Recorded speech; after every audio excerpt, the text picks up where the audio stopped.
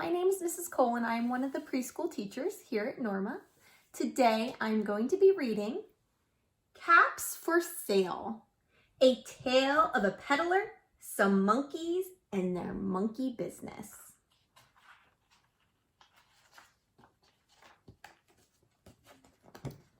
Once there was a peddler who sold caps, but he was not like an ordinary peddler carrying his wares on his back. He carried them on the top of his head.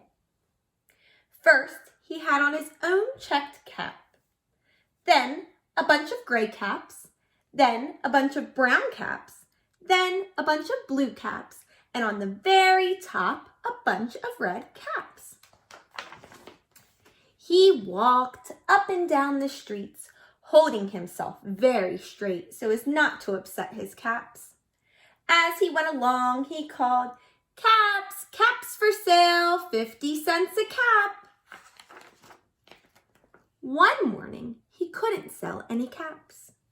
He walked up the street and he walked down the street, calling, "Caps, caps for sale, 50 cents a cap." But nobody wanted any caps that morning. Nobody wanted even a red cap. He began to feel very hungry, but he had no money for lunch. "I think I'll go for a walk in the country," said he, and he walked out of town slowly, slowly, so as not to upset his caps.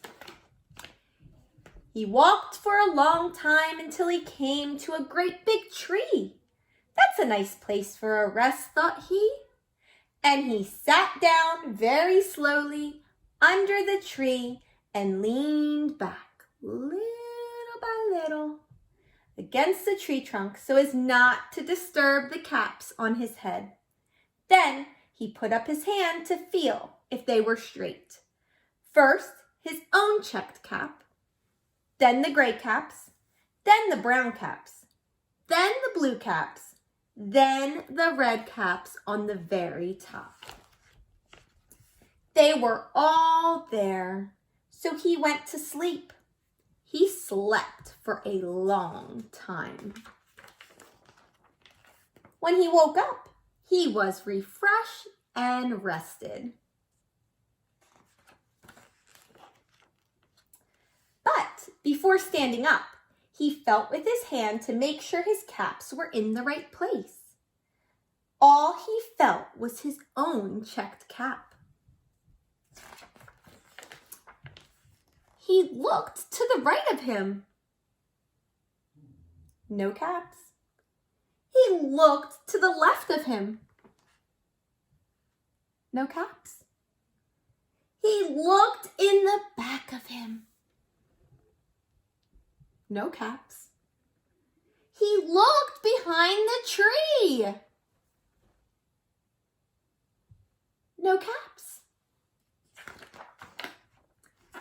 Then he looked up into the tree, and what do you think he saw? On every branch sat a monkey, and on every monkey was a gray or a brown or a blue or a red cap. The peddler looked at the monkeys. The monkeys looked at the peddler. He didn't know what to do. Finally, he spoke to them.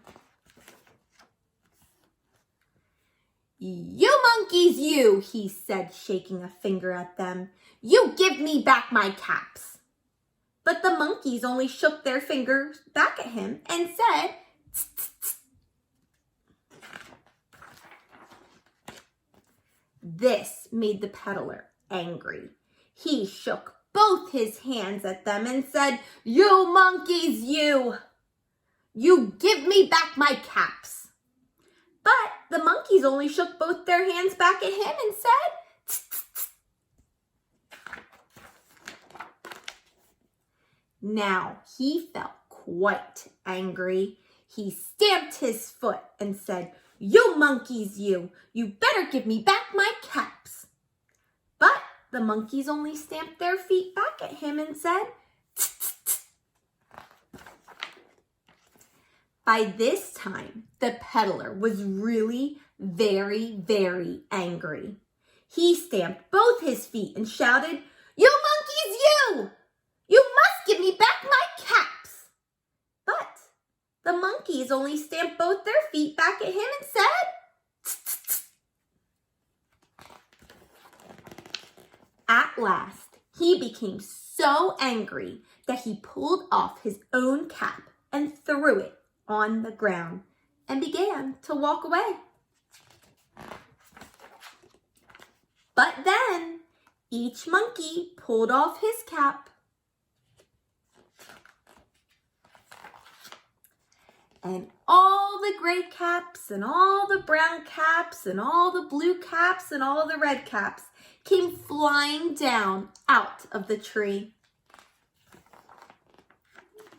So the peddler picked up his caps and put them back on his head. First, his own checked cap, then the gray caps, then the brown caps, then the blue caps, then the red caps on the very top. And slowly, slowly, he walked back to town calling, "Caps, caps for sale, 50 cents a cap." And that is the end of Caps for Sale. See you next time. Bye.